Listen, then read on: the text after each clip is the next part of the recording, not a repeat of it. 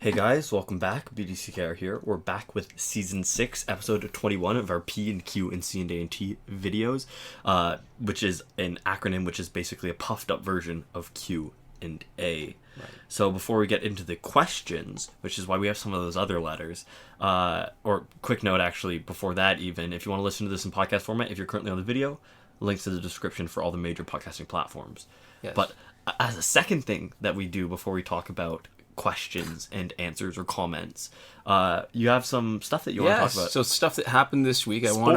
Sport ball stuff. So the Toronto Raptors finally won the Eastern Conference Final for the first time ever, and they're making their first ever appearance in the NBA Finals in their 25 year history. Yeah. And it's been interesting because this is this is the newest sort of pro. Not technically, actually, Major League Soccer is probably more new, but in terms of the big North American sports markets, this is the youngest team. So I've actually been able to follow it from the very beginning, and I still remember what it was like in the first season when their record was 21 wins against 61 losses. And it still felt like a moral victory because they beat the Chicago Bulls one time late in the season that Chicago Bulls set the record at the time of the most regular season wins ever at 70, which has been since beaten by Golden State, which has 73. Yeah. But at the time, it seemed like such a big deal. And I thought, oh, this is so great. And I never thought that we would take so long to get here. Yeah. Part of me never imagined that we'd even get to this point to be in the NBA Finals. But it feels like it's been a long time suffering through a lot of bad teams and some decent teams, but finally like a really, really good one now. Yeah, and seats are going for insane prices, right? They're going for like $100,000 or something. Well, I think that was probably the most. I mean, those they make people write articles about the sort of exceptional stuff. Yeah. Ooh, that's interesting in the fight. So the Enchantress effect from Raven did not engage. If I was able to knock her out with regular attacks in that pause between when she does her special and the Enchantress gear kicked in and was sending the skulls. So that's kind of cool. I'd never seen that before. Yeah. Okay. Our first question comes from Apocalypse, and they say, what is your responses to the United States proposed bill to ban loot boxes and pay-to-win microtransactions? And what effects could it have on Injustice and your YouTube content other than the game being dropped? So this is a really interesting question. We had a bunch of other questions that I'm hoping we'll eventually get to, but this is one of the most interesting questions that I've seen in the comments so far, because I was unaware this was happening. I was aware of some sort of preliminary versions of this, but I wasn't aware of the extent that it had gotten to.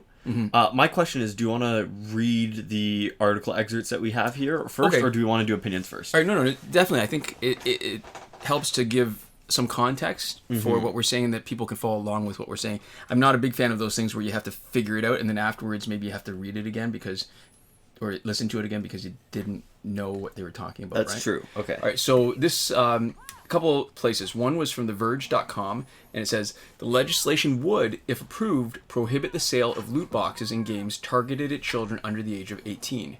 Games marketed toward wider audiences could also face penalties from regulators like the Federal Trade Commission if companies knowingly allow children. Then to me that's key. Allow children. It's not they target them, but they allow children to purchase these randomized crates. Yes.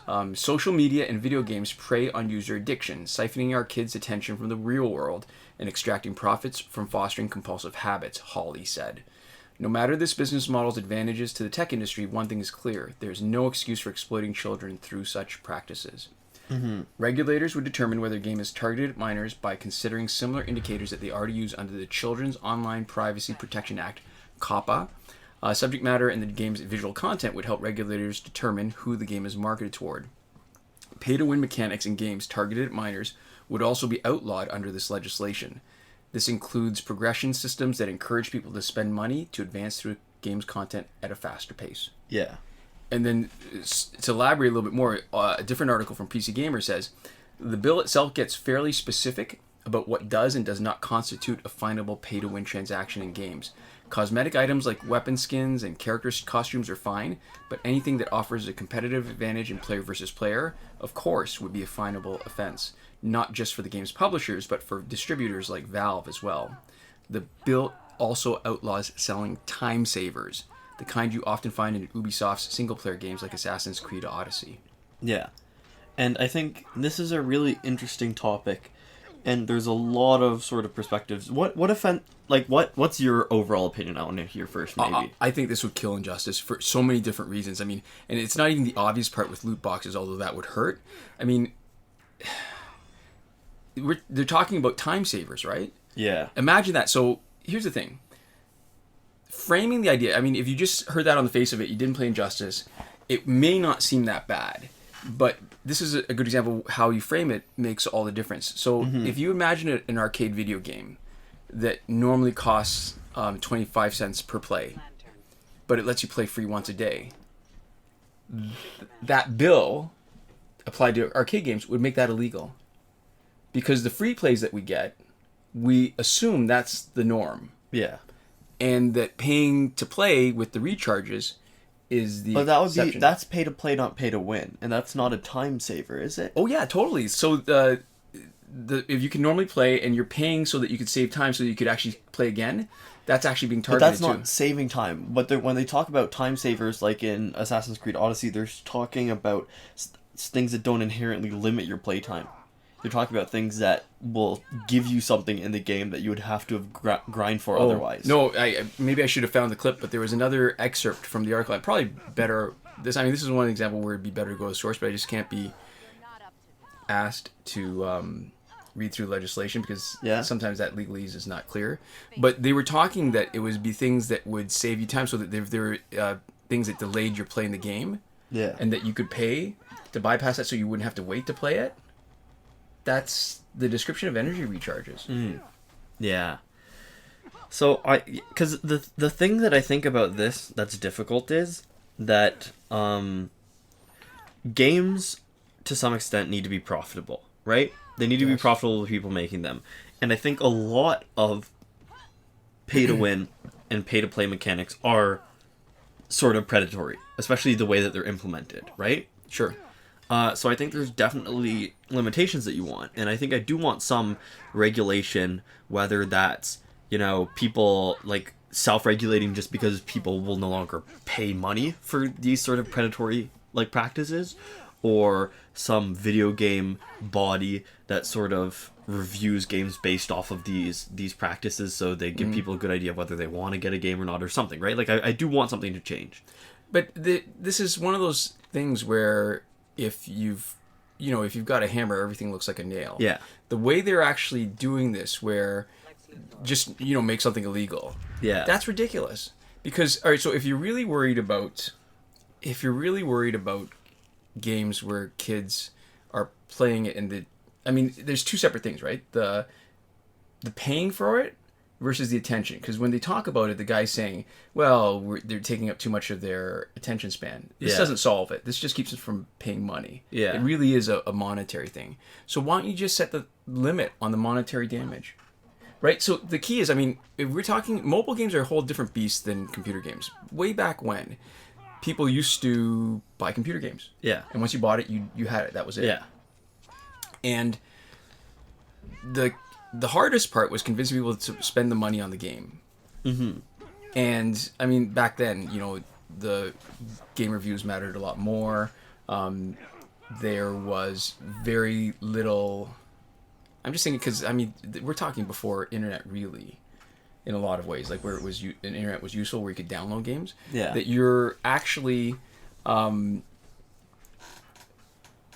people, like, basically everything was a big spend. Like, there was no such thing, because it comes down to the idea of microtransactions, right? Yeah. So what's a microtransaction? Is it $1 or less? $5? Something? Like, just something small. Well, it doesn't have to be. Microtransactions can be expensive. It's just... On an individual basis? I think so, yeah.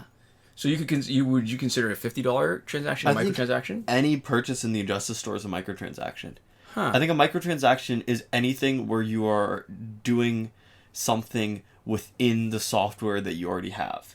Where you're getting like a subset of it. Where you're not getting your own holistic product. You're paying for like buying like any one feature or something like that would be like a microtransaction. Okay. I think. All right. No. All right. So that's fair. So then we won't set it as an amount. But I think what is it, like maybe 20 years ago, people started the idea of how much a game should cost on a phone was sort of established when, the App Store came around. Yeah. And people value... I mean, because of the quality of the game that you can find in a mobile game, say, compared to a AAA game on a console. Yeah. It feels like it should be cheaper. Mm-hmm. And so people treated it like that and weren't willing to spend money unless the game itself were really, really cheap to start with. And the thing is, microtransactions have made their way to full-fledged releases that people are paying full box price for. And see, to me, it's the same idea, but I think the approach to both needs to be a little different. Yeah.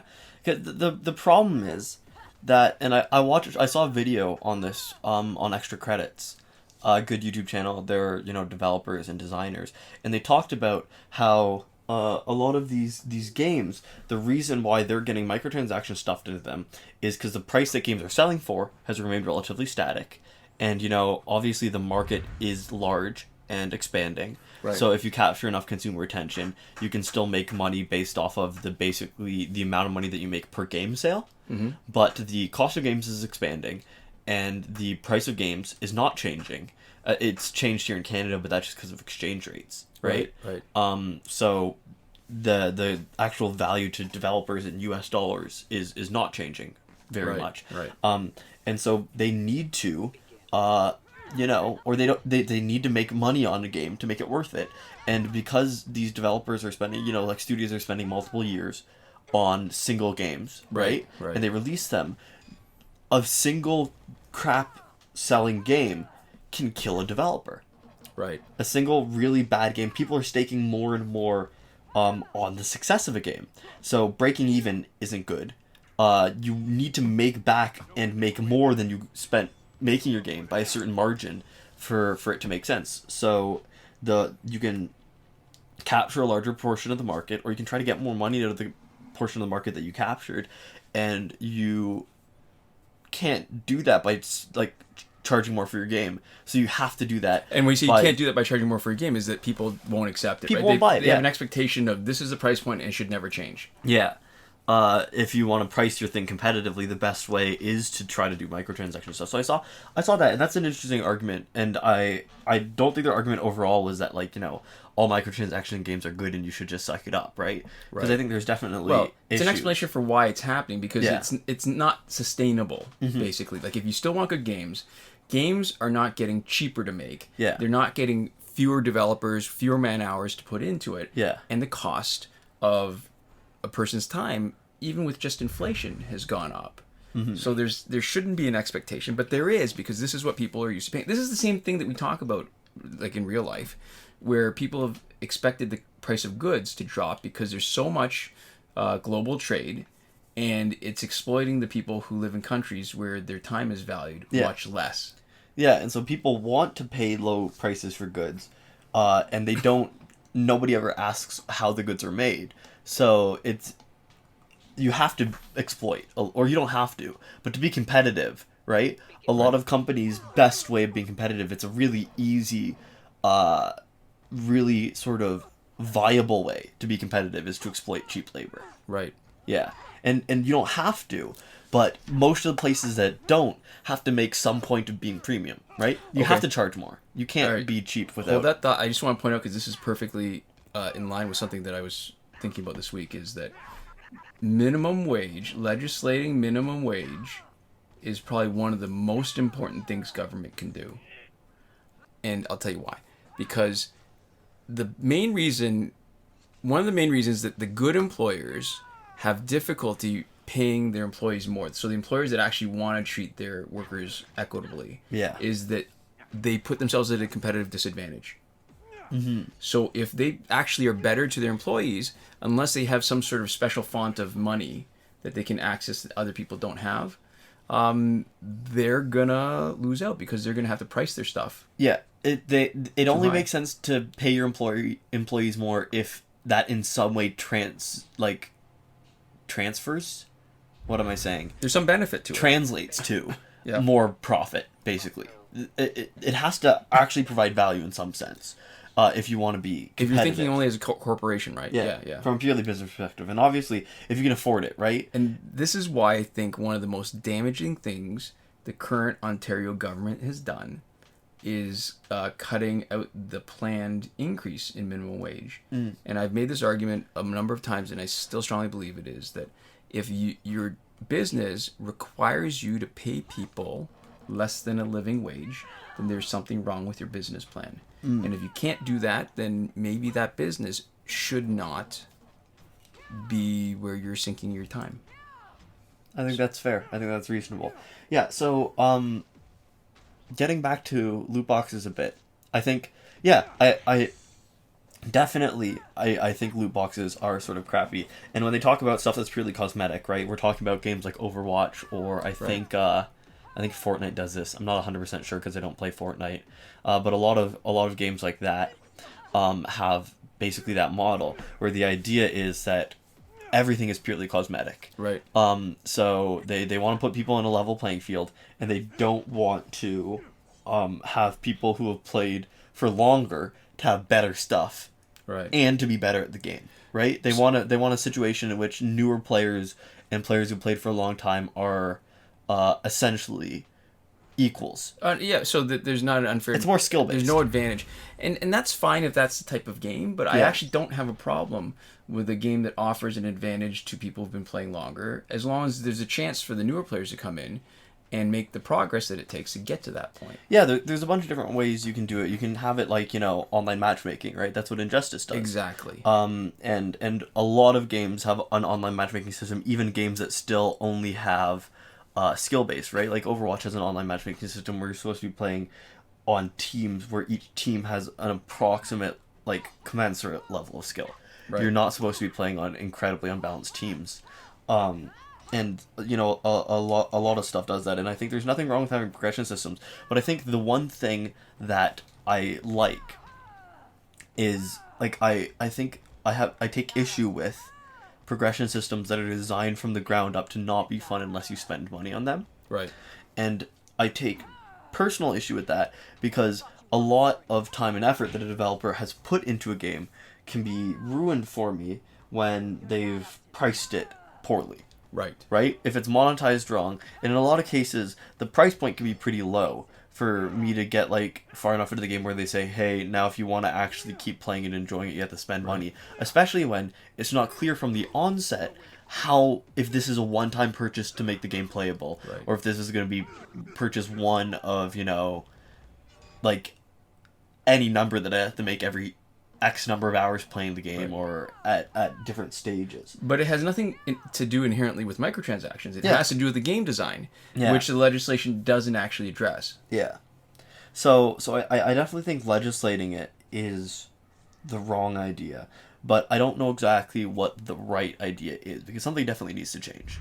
Well, all right, so maybe let's bring it back to talking about how this applies to Injustice. Yeah. The loot boxes part is obvious, because if you take away the loot boxes, so that that used to be able to spend power credits on it, and to some extent they already have, because it's been reduced down to the main ones: bronze, silver, gold, challenge gold, and gear locker. Yeah. Everything else at this point I think is costing money. Mm-hmm. So you would, if you had to kill every opportunity to use a loot box, then you'd only have the targeted packs with specific characters, like 1, 2, or 3 characters, and then they would go away. Yeah.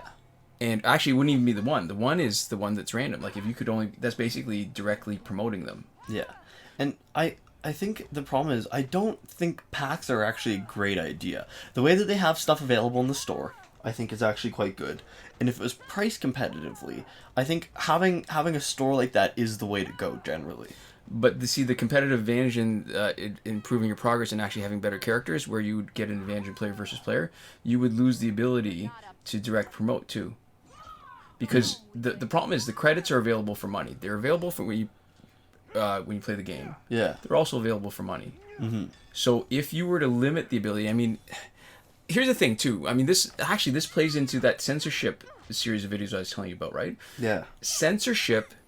The greatest amount of censorship actually happens, the most effective censorship happens through self-censorship. Yeah. So you don't have to police everybody who's doing something that you want to stop. You just have to make a big show of really publicly prosecuting some prominent examples Yeah. And then a lot of people will decide, oh, you know what, I'm not going to do that anymore because I don't want to be in that situation.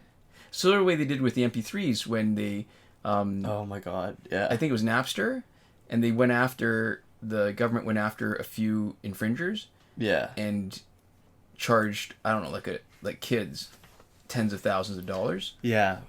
Weird Al Yankovic did a song joking about that. Yeah. Called "Don't Download This Song," which was about like, you know, if you download the song, you'll end up with all the other hardened criminals in prison where you belong. Yeah. But yeah, no. So I think in general, because loot boxes, are basically there's something called a Skinner box, Yeah. and the idea is that there's rewards, right? Right. And when you're trying to train a behavior, there's reward schedules, and what a loot box is it's a variable ratio reward schedule where interval is based off of time and ratio is based off of number of times you do behavior. Right. So the idea is that if randomly every so often, but a certain amount of times on average, you get something that you want, right? Which is basically what gold packs are. Or slot machines. Or slot machines. And gold packs are different because you get something every time. Right. But this is assuming that you want specific characters, that not everybody's equally good, which is true, right? Right. Or that, you know, you'll get one and then you want more copies, right? Where there Right. are things that you want more and things that you want less. And what people have found is that that's the most efficient way of getting somebody to repeat a behavior. Right. And it So is not to give it the feedback every time, but Yeah. to do it randomly actually reinforces the behavior more strongly. And it's also the best way to get people to keep doing a behavior even after the reward system is removed. Right. Because you don't expect something great every time. Right. Anyways. So the way Injustice does it is pretty good because it's not like there's ever a dud, right? You're not rolling the dice and literally getting nothing or something. Right. And there are definitely a lot of loot systems that are a lot less generous. Right. Right?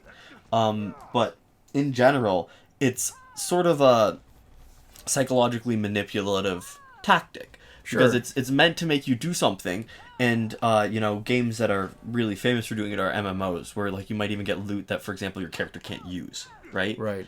And the idea is that it, in almost all cases, is a way of making you play longer than you would want to, or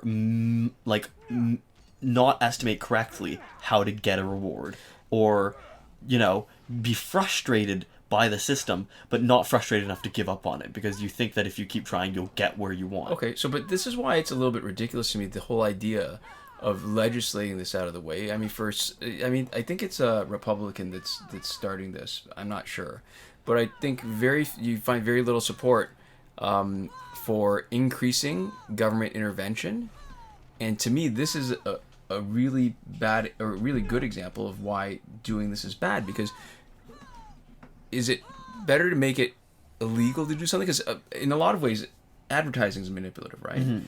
Do you legislate it, or do you educate people so they're not so vulnerable? Yeah.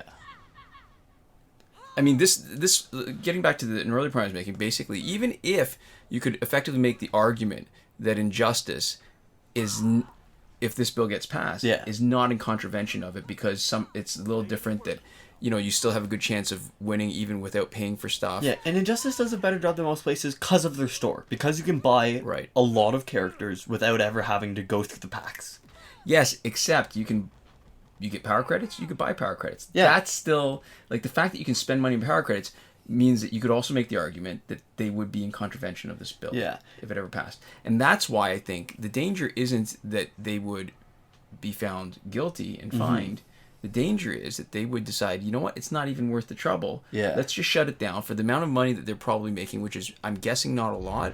Yeah. The risk of getting into trouble and having to pay more than what they've made in fines, it's totally not worth it. Mm-hmm. So you'd see either you'd see the pack shut down, or actually what would go first would be the servers for multiplayer online, because that's what the ongoing cost for them to support. Yeah. And then if they can't charge for power credits anymore or for energy recharges, Ads. I guess so. They have to make their money somehow. They have to make their money Yeah. somehow, but I think it's established enough now that I mean, they've done that to some extent by having the watch a video for free recharges, right? Yeah. Where do you think it's possible that Injustice could survive without any of that, but just have ads when people played? I think they would just load it with ads because of the resources they've already put into it. I think it's a quicker fix to make it, vaguely profitable instead of not profitable at all. You know what I mean? Would people still would people play it? I don't know. Would they continue putting work into it? Probably not. But yeah, because the ads, if you're gonna put in ads, there's two options, right? Ads that are there on the screen while you're playing, or ads that interrupt what you're doing, so you have to wait until you watch the ads. Yeah. Based on my anecdotal experience, anecdata of playing certain different games, that there's way more advertisers that are willing to pay for interrupting ads, and they are willing to pay for ads that appear in the middle of the screen while you're doing stuff. Mm-hmm.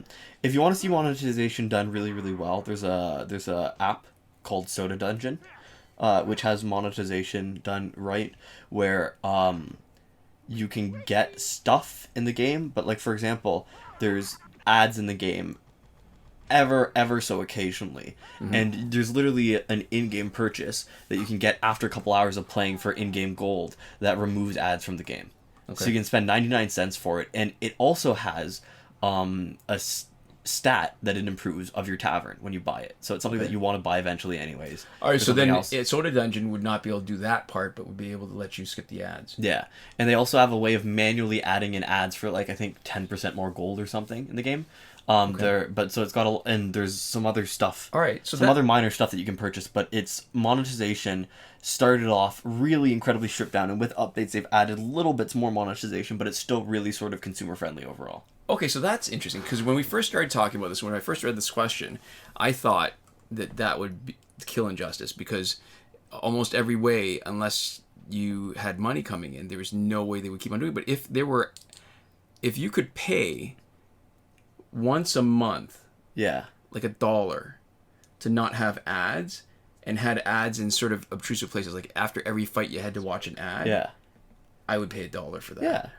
$1 a month for Injustice, I would totally pay. And so I think the problem is when people get greedy and they're not trying to appeal to the average user, because we've talked a lot about whales before already. And just really quickly, I'll say the two things that Injustice does well with monetization is when you open packs, if you get something you don't want, you can, unless it's your first copy, you can sell it. And get some money, right? Get not a lot compared to its store value, but 1/3 is actually more than I think most places would give you. Right.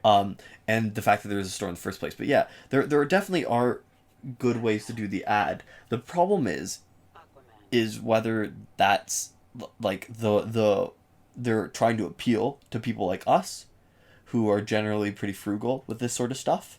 Or they're trying to appeal to whales to get the most of their money. And most people are appealing to whales. It's a better business model, I think, from a strictly monetary perspective.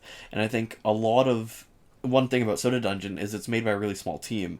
And I don't know how their name is pronounced, but the main developer is like a single guy. It's like A&P Shawn or something like that. Okay. So, he was like, when somebody's interviewed, it's him, right? And he says, oh yeah, I didn't want monetization to be crappy because I'm a gamer and I don't like crappy monetization. Right.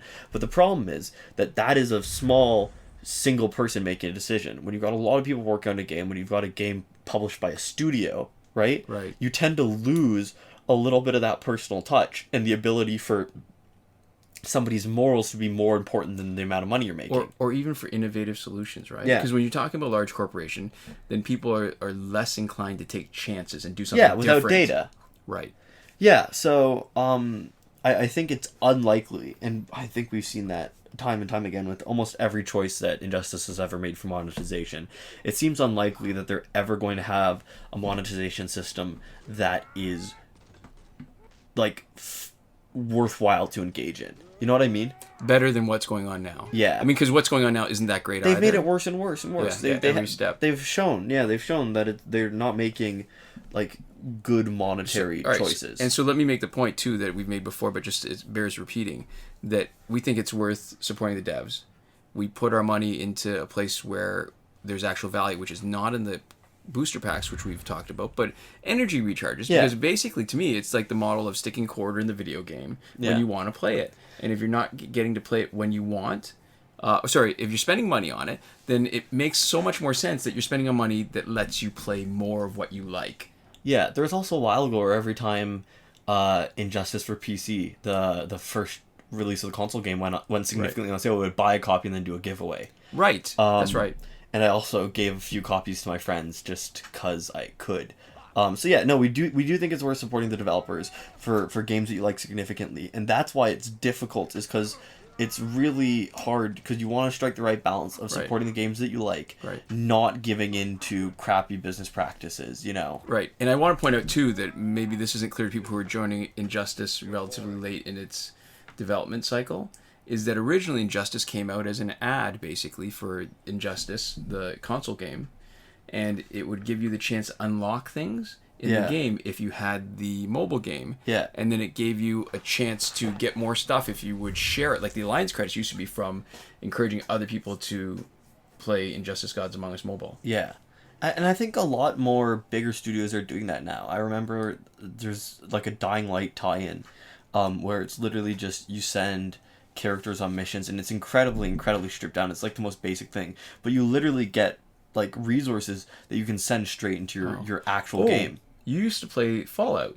I used to play Fallout. Did that work the same way? Fallout Shelter. No, Fallout Shelter was just an ad for Fallout. Okay. It was serviceable. It was pretty fun actually as a standalone game, and there was no connection to any of the actual games.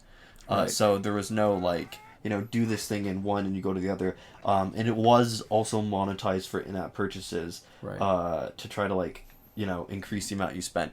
And I think there's a bunch of there's I think a trend of publishers making tie-in mobile games, because I think the price to make them is relatively cheap, and sometimes they're quite good actually in their own merits. One thing that I've been playing recently, and I've fallen off a little bit, is Elder Scrolls Blades, which is not actually an advertisement. It's a totally standalone Elder Scrolls game for mobile.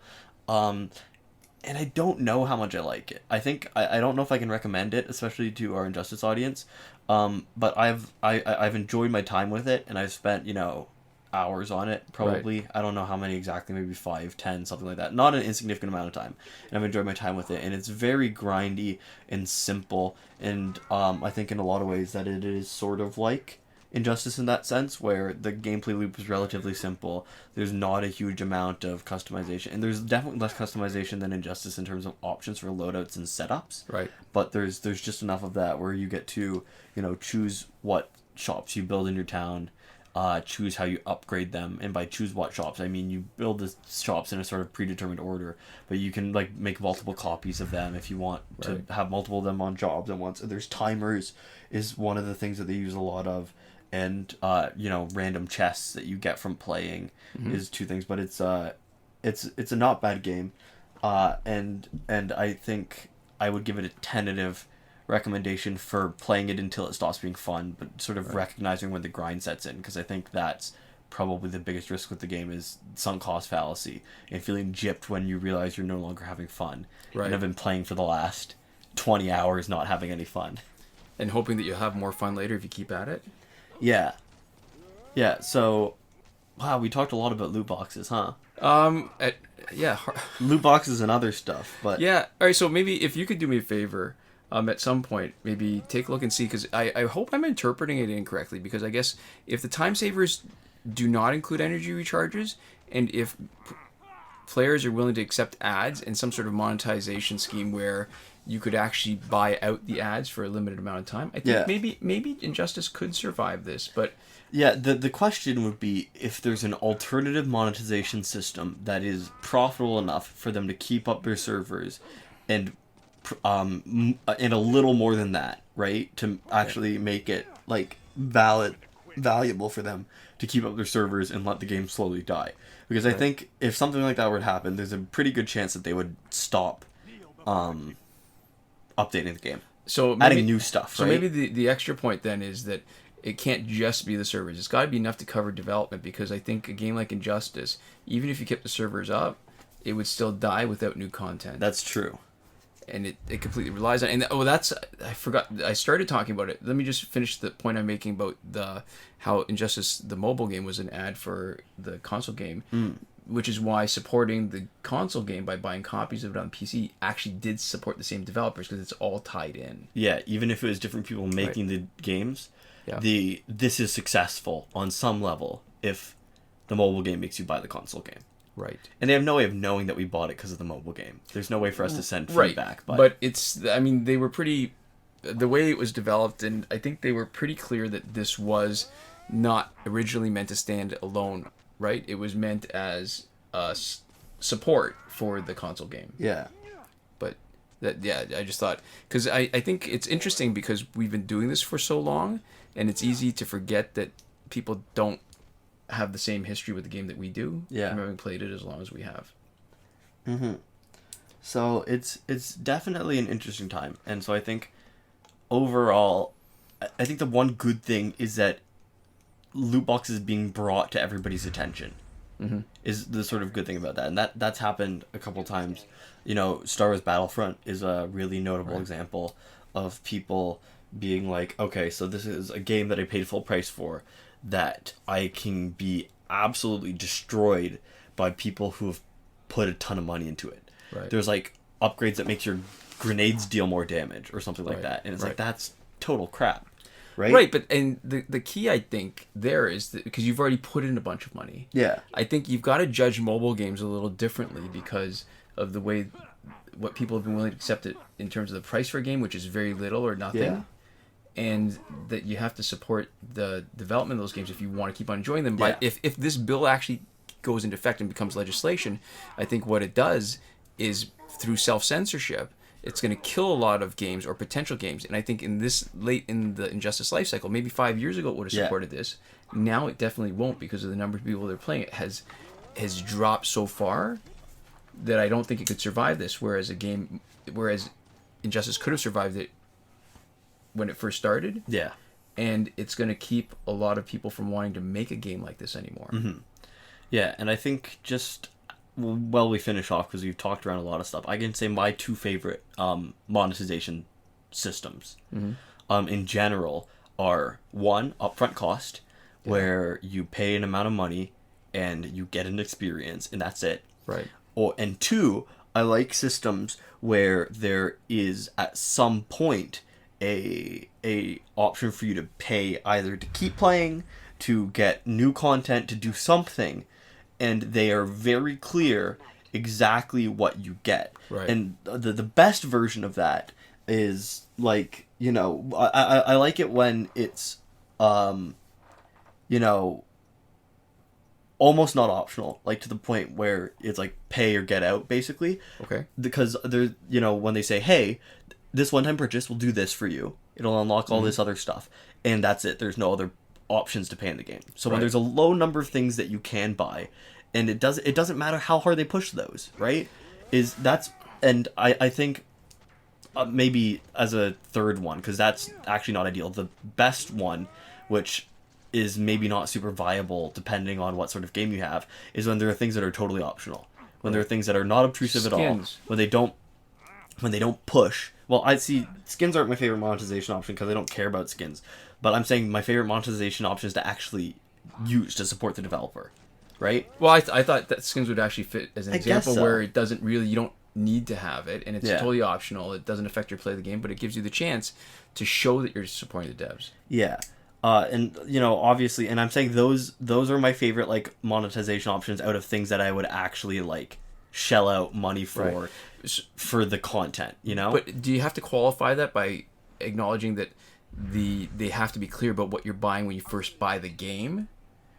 Right? Like, you know what I mean? Like, so it's fine when you've got the game, you have it in hand, you're playing it.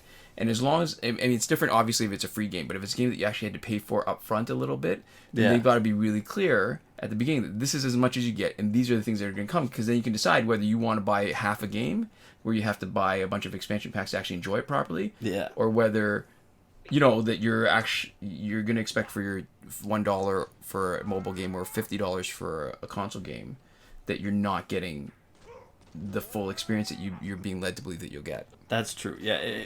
if you know exactly what you're getting, I think it's hard to fault people. You either buy it or don't buy it. Right. And it sucks when there's a good experience that you're locked away from because you don't or can't or won't support whatever business practice they're using. Right. Right?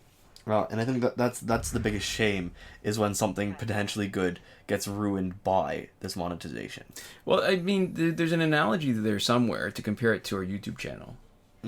Right? So our monetization is Patreon and ad revenue. Yeah.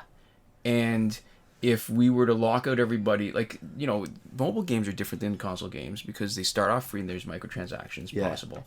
If we were to lock out all the people who would not pay us, we would not get the chance. Like, we would be making no income. nobody would care. Yeah. Like, even the people that eventually liked us enough to do something about it probably wouldn't have started, like, paid money up front because there's just so many other options. Yeah.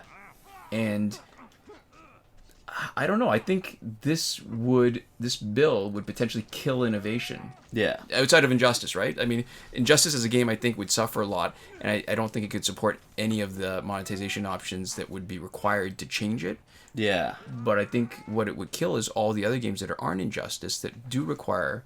They need to be, I guess, not free. Well, yeah, they probably need to be free to have people start to play it, and then encourage them to spend money once they're caught up in the game. Yeah, it's definitely tough, and I have some sympathy for developers trying to make money in the market in general. Yeah. But I think there are definitely right and wrong ways to do it. But I think that's something that we need to figure out, and not governments need to force us to figure out. Right. I mean, it goes without saying too that Injustice, whether it's geared towards kids or not, and I think you're not going to be able to make an argument that it's not geared towards kids when you use superhero characters. Also, almost any mobile game, I feel like, unless they are specifically saying kids don't play this, and in which case I think those games are often also geared towards kids. Oh, like Bim Bam. This is not meant for babies. What did they say? At the beginning of the thing. Oh, God. Yeah. The McElroy brothers are not experts, and their advice should never be followed. Travis insists he's a sexpert, but if there's a degree on his wall, I've never seen it. Also, this show isn't for kids, which I mentioned only so the babies out there will know how cool they are for listening. So yeah. Like Sorry, that. I needed to go right from the beginning to remember what they said, the wording they use exactly. But Right. yeah. It's like when I recite pi, I can't tell you what the 20th digit is. I have to start from 3. Yeah. But it's like that, right? Like, so you could say that it's only for 18, but I mean, like, if you're going to be brought up before the Federal Trade Commission, they're going to point at it and say, it doesn't matter what you do with it. It's the same way that comics run into trouble with those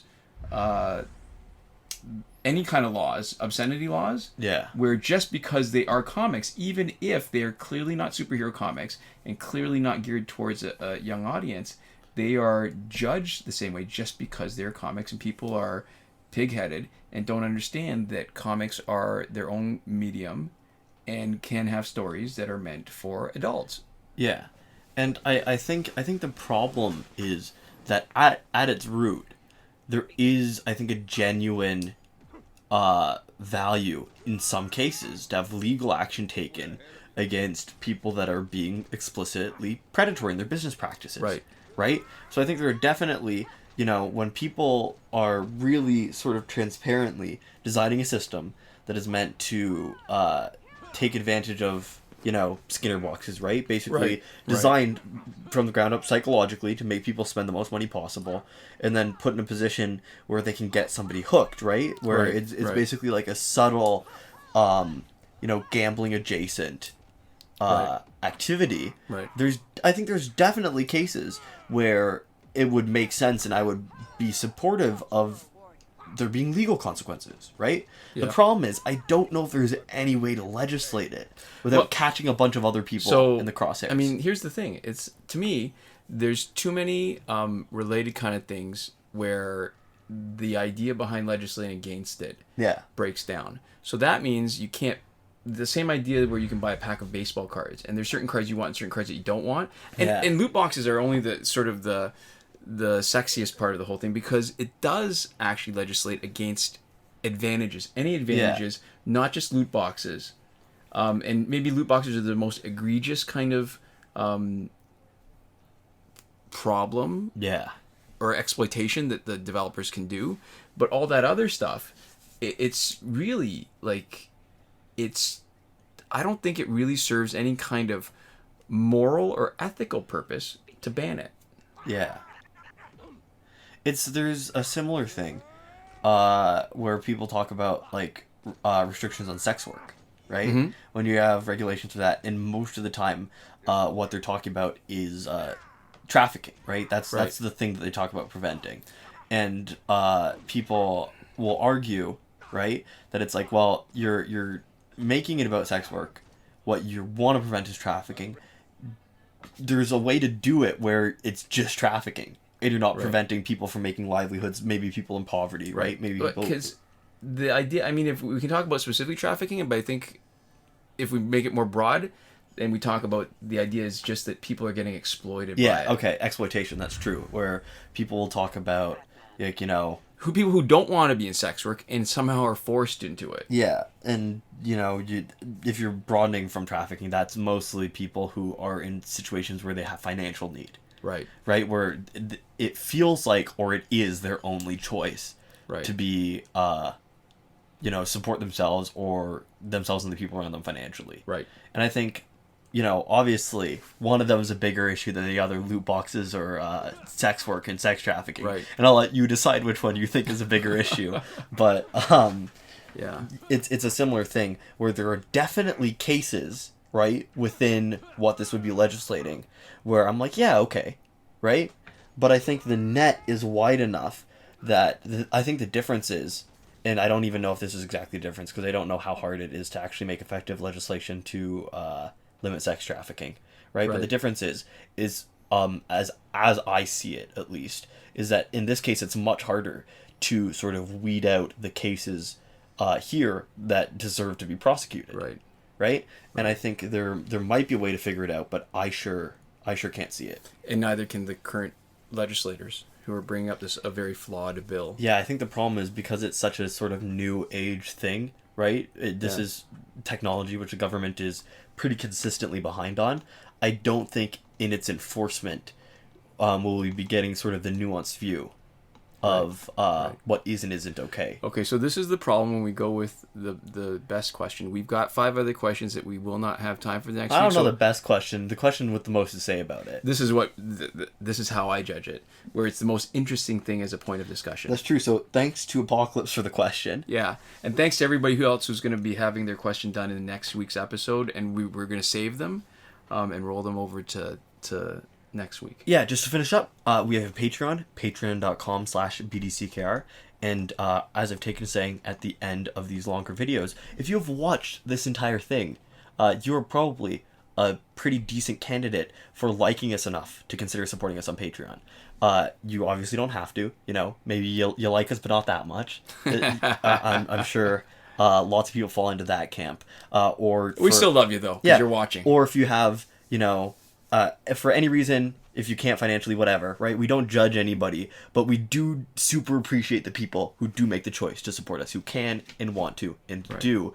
And it's one of the things that makes this channel still so, I think it's fair to say, like, exciting and interesting to run, is knowing that people like us that much. Yeah. So from the bottom of our hearts, a huge thank you to the people who have already decided to support us.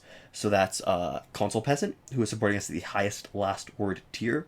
John Auriemma at the Your Message Here tier. We have Shawn, Farrell, Daniel Simonson, and Aaron Mall on the credited level.